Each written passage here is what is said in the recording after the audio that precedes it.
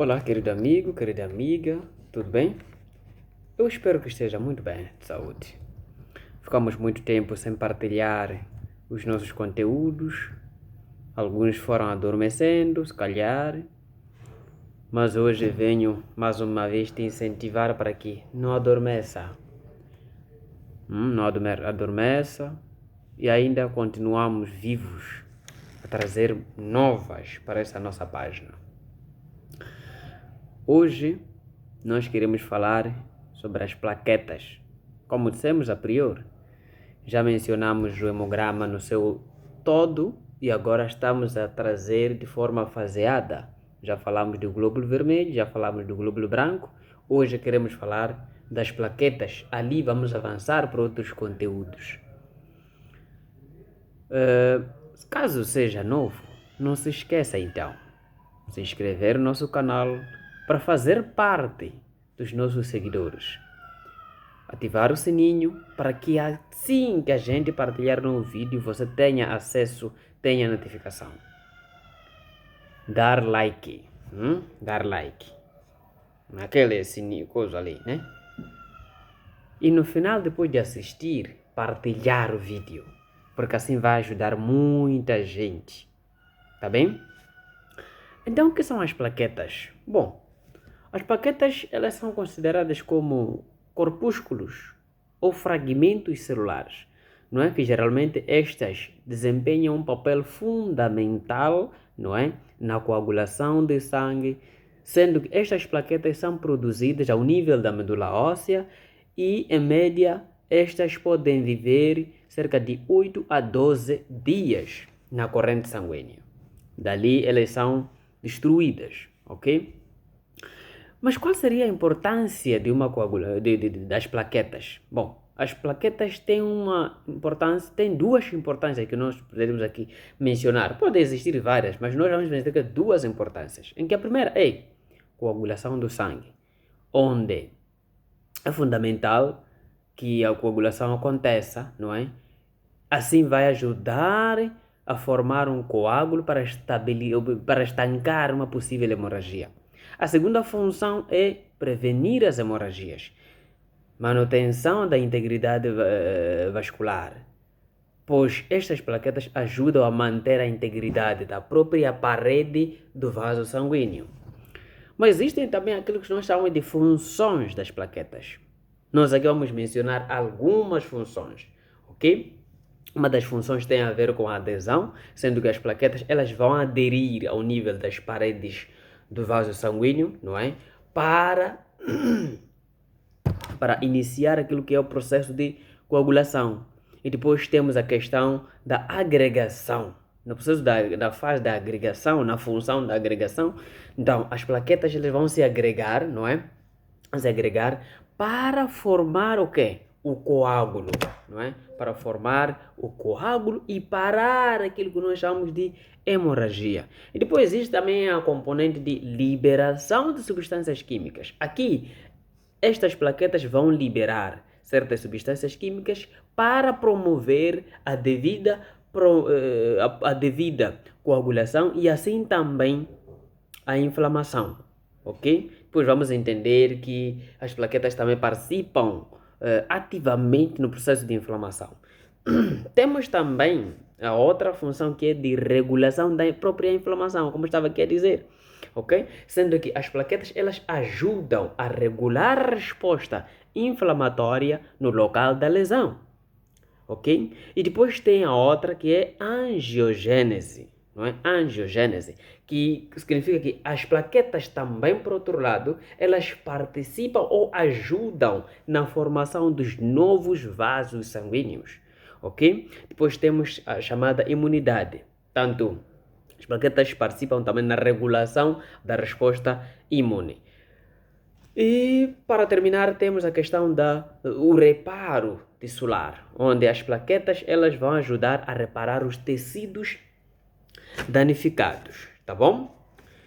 Então, sobre esta questão de coagulação, como nós sabemos, não é? A coagulação é um processo, não é? Complexo que envolve a transformação de um sangue líquido, não é? Assim como formando formando um coágulo sólido para parar com o sangramento, não é?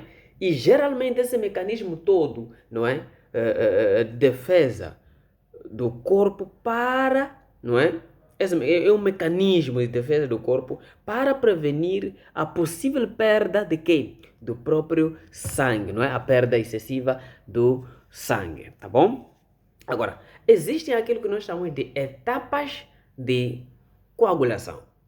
O sangue não é do nada começa a coagular por ali. Existem etapas, onde a primeira etapa da coagulação chama-se vasoconstrição, onde o vaso lesado, não é? Ele vai contrair ou vai se contrair, não é? Para reduzir aquilo que é o fluxo sanguíneo, ok? Assim que reduzir o fluxo sanguíneo, então vai passar na segunda, entrar na segunda fase, que é a formação do coágulo. Estas plaquetas, como dissemos a priori, elas vão aderir, não é? À parede do vaso sanguíneo, não é? Danificado, do vaso danificado, e vão se agregar para formar o chamado coágulo, ok? Depois chega na terceira etapa, que é a ativação da cascata de coagulação, onde a lesão vascular aqui, ela será ativa, não é? A uma certa cascata de coagulação, não é? Esta vai envolver, não é? Esta envolve uma série de reações químicas, não é? Que estas reações químicas levam à formação da chamada fibrina, ok? Que é uma proteína, vamos entender isso. E depois desta fase, entra a fase chamada da formação da própria fibrina, como nós dissemos, é uma etapa também, ok? Sendo que na formação da fibrina, a fibrina, não é? A fibrina é uma proteína que se forma através ou a partir de uma outra substância chamada fibrinogênio, não é? E ela se deposita no local da lesão, formando uma rede de fibras, não é? Que geralmente essa fibra vai reforçar o coágulo. Depois chegamos na fase de consolidação do coágulo, onde o coágulo ele é consolidado, não é? O coágulo é consolidado para a ação, não é? Consolidado pela ação, como dissemos, dos fatores de coagulação. Aqui nós podemos mencionar um dos fatores de coagulação que é mobilizado aqui, que é o fator 8, não, sim, que é o fator 13, não é? O fator 13 que estabiliza a chamada fibra, tá bom? E de lembrar que aqui existem os chamados fatores de coagulação, que nós vamos mencionar. Temos aqui o fator 1, chamado fibrinogênio, temos o fator 2, chamado protrombina, fator 3, chamado de tromboplastina, fator 4, que é cálcio, fator 5, que é proacelerina, não é? Temos fator 5, agora fator 7, não existe 6, é fator 7, chamado proconvertina. Temos fator 8, anti-hemofílico A, fator 9, anti-hemofílico B, fator 10, Stuart Prower, não é? Temos o fator 11, que é anti-hemofílico C, fator 12, Hageman, não é? Depois temos o fator 13, que é estabilização da fibrina, ou estabilizador da fibrina, ok? Depois temos aquelas chamadas vias de coagulação, não é? Para além das etapas de coagulação, existem as chamadas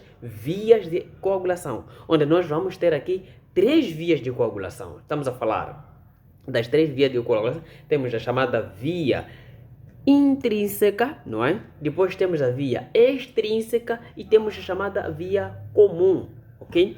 Então, na via intrínseca, não é? Ela é a mais importante para a coagulação, sendo que ela é ativada quando o sangue entra em contato com as substâncias estranhas, como o caso do colágeno, não é? E envolve certos fatores de coagulação. Estamos a falar do fator 8, estamos a falar do fator 9, fator 11 e fator 12. Esses 4, 8, 9, 11, 12, esses participam ou fazem parte da via de da via intrínseca. Depois temos a via extrínseca, não é?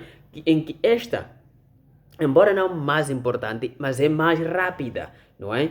Por ela ser ativada quando o tecido, não é lesado, não é? Quando o tecido é lesado e também libera o fator tissular, não é? Aqui vai envolver outros fatores de coagulação. Estamos a falar fator 8, queria dizer, estamos a falar de fator o fator 7. Aqui é o único. Intrínseca já temos 8, 9, 11, 12. Extrínseca já temos aqui fator 7. E depois temos a chamada via comum, não é? Que é a via final comum e ela é ativada quando as duas vias, a extrínseca e a intrínseca, não é?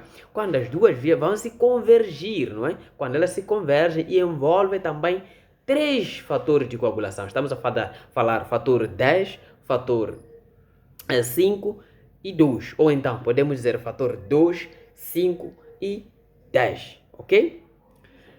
Assim nós terminaríamos com o processo de coagulação. Agora, queríamos dar um resumo aqui ao nível de alguns elementos menos falados em torno de um hemograma. Nós temos ali o RDW, que significa variação do tamanho do glóbulo vermelho. Depois temos W-SMV, que significa velocidade de sedimentação dos monócitos, ou então dos mononucleares. Depois temos W-LMV, que é largura de distribuição dos leucócitos. Depois temos PDW, que é variação do tamanho das plaquetas. Temos MPV, volume médio das plaquetas ou de plaquetas. Depois temos PLCR, que é percentagem de plaquetas do sangue em relação ao total de sangue, ou melhor, de células sanguíneas, ok?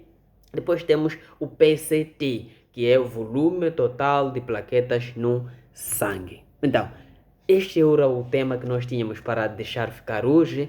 Convido meu caro amigo a assistir e partilhar. Até lá, boa noite.